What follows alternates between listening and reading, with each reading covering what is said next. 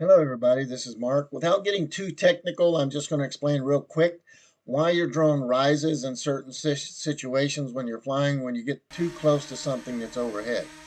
Basically, the bottom of the props on your drone are always pushing the drone up.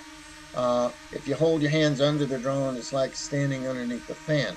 But the top of the props on your drone are always sucking air down through the props, assisting with the lift of the drone, basically.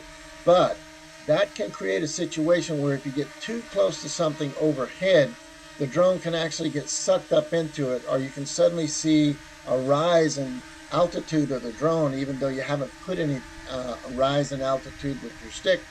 The drone suddenly rises up.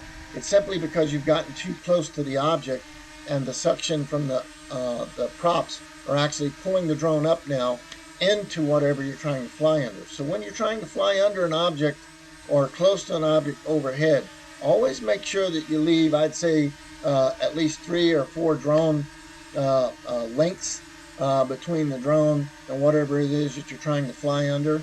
Otherwise, the drone could end up being sucked up into whatever's overhead, and it could cause you to crash. This is just a real quick review of this. I hope you could see the smoke from the incense that I was holding over the top of the drone to show you what I'm talking about.